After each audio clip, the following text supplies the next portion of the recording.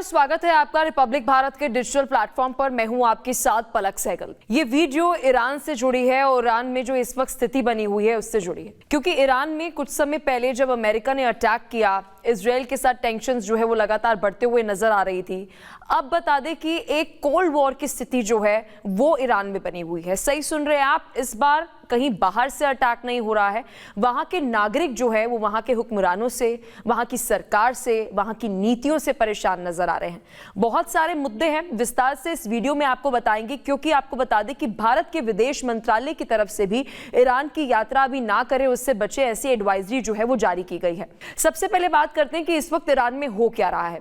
अगर ईरान की बात करें तो ईरान में बढ़ती महंगाई को लेकर, तानाशाही को लेकर और एक ऑर्थोडॉक्स थिंकिंग को लेकर वहां पर जो स्थानीय लोग हैं और जो जनरेशन जेड है वो प्रदर्शन कर रहे हैं। अगर बात करें जनरेशन जेड की तो उनका कहना है कि वो लिबरल माइंड चाहते हैं, वो वहां पर आज़ादी चाहते हैं। ऑर्थोडॉक्स जो एक तरीके से चीज़ें थोपी जा रही हैं, पुरानी सोच है, और साथ ही अगर हम अलग अलग जो धार्मिक सोच कह सकते हैं या मुस्लिम के जो शरीयत लॉ है वो एक तरीके से जो लोगों के ऊपर थोपा जा रहा है, नागरिकों के ऊपर, उससे जो जनरेशन जेड है और जो युवा हम कह सकते हैं वहां पर बहुत ज्यादा परेशान नजर आ रहे हैं, खासतौर पर महिलाओं की अगर हम बात करें। चलिए, एक ये तो कारण है ही, अब दो और कारण है जो इकोनॉमिकली हम कह सकते हैं कि एक बड़ी महत्वपूर्ण जो है दिशा देते हुए नजर आ रहा है इस पूरे प्रदर्शन को। ये बात हम सभी जानते हैं कि 2018 और 2018 के दौरान जो है ईरान पर अमेरिका की तरफ से बहुत सारे सैंक्शंस लगाए गए थे, और उस सैंक्शंस का, क्योंकि ईरान की अगर हम बात करें तो सबसे ज्यादा जब ऑयल रिजर्व्स की बात कही जाती है तो टॉप 10 कंट्रीज का अगर हम जिक्र करें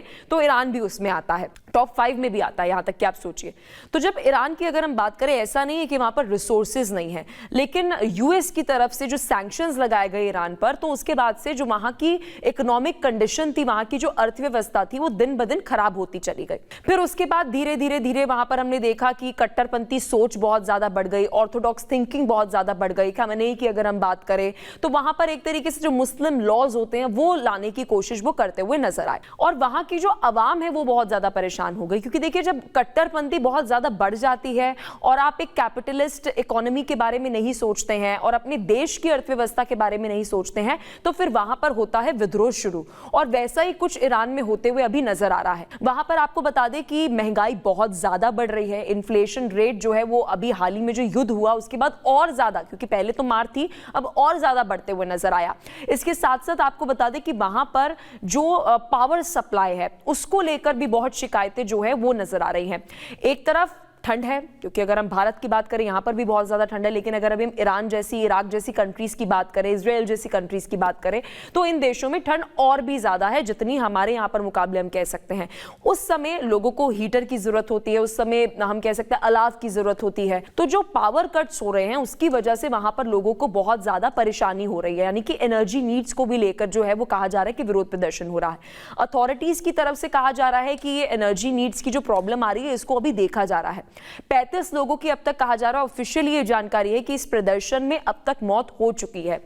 तो वहां के लोग जो हैं वो अभी भी प्रदर्शन कर रहे हैं। और अब आ जाती है अमेरिका की भूमिका, क्योंकि अभी अगर हम नेपाल के प्रदर्शन को देखें, अगर अभी हम जो यूरोपियन कंट्रीज में अलग अलग जगहों पर, लंदन की अगर हम बात करें, वहां पर जो प्रदर्शन हो रहे थे, बांग्लादेश की अगर हम बात करें, तो इन देशों की अगर हम बात करें, यहां पर जो प्रदर्शन हो रहे थे उसको बहुत सारे एक्सपर्ट्स ने बताया था कि ये डीप स्टेट है। और डीप स्टेट अगर हम बहुत आसानी भाषा में इसको समझे तो बहुत सारे ऐसे प्रतिद्वंदी आपके रहते, कंपटीशन ऐसे रहते हैं जो साइलेंटली एक तरीके से काम करते हैं और एक बहुत छोटी सी एक समस्या को लेकर बहुत बड़ा कर देना और पूरी तख्ता पलट जो है वो पूरे देश में कर देना, ऐसी स्थिति जो है उसको डीप स्टेट कहते हैं। अब आपको बता दें कि ईरान में इस वक्त जो है डीप स्टेट को लेकर एक आशंका जो है वो जताई जा रही है। ऐसा हम इसलिए कह रहे हैं क्योंकि अब डोनाल्ड ट्रंप की तरफ से भी ईरान को लेकर एक बयान जो है वो सामने आया है कि बहुत जल्द ऐसा हो सकता है कि अमेरिका इस पूरे मामलात को लेकर इंटरवीन करते हुए नजर आएगा।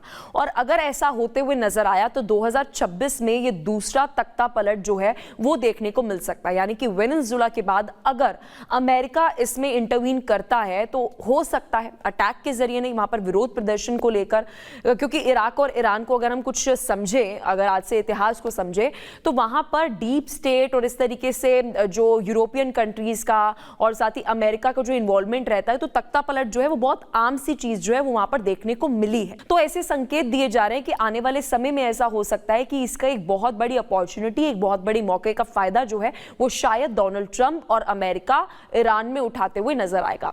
अब तीसरी बात, भारत को लेकर क्या कुछ विदेश मंत्रालय की तरफ से कहा गया है। देखिए, अगर हम ईरान की बात करें तो बहुत सारे हम देखते हैं कि छात्र जो है वहां पे पढ़ने के लिए जाते हैं, बीट मेडिकल, और बहुत सारे हम देखते हैं कि नौकरी पेशे के लिए भी वहां पर जाते हैं।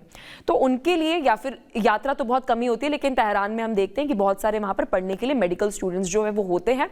तो अभी एक एडवाइजरी जो है वो विदेश मंत्रालय की तरफ से जारी की गई है कि अगर अभी आप ईरान के लिए अपनी यात्रा को प्लान कर रहे हैं तो उसे अभी ना कीजिए।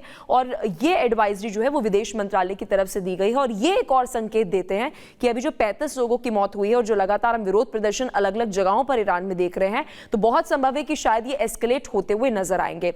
लेकिन अब तक आपको बता दें कि जो विद्रोह है वो अंदरूनी नजर आ रहा है। विरोध प्रदर्शन जो है वो सिर्फ और सिर्फ वहां पर जो स्थानीय लोग हैं, सिविलियंस है, वो करते हुए नजर आ रहे हैं।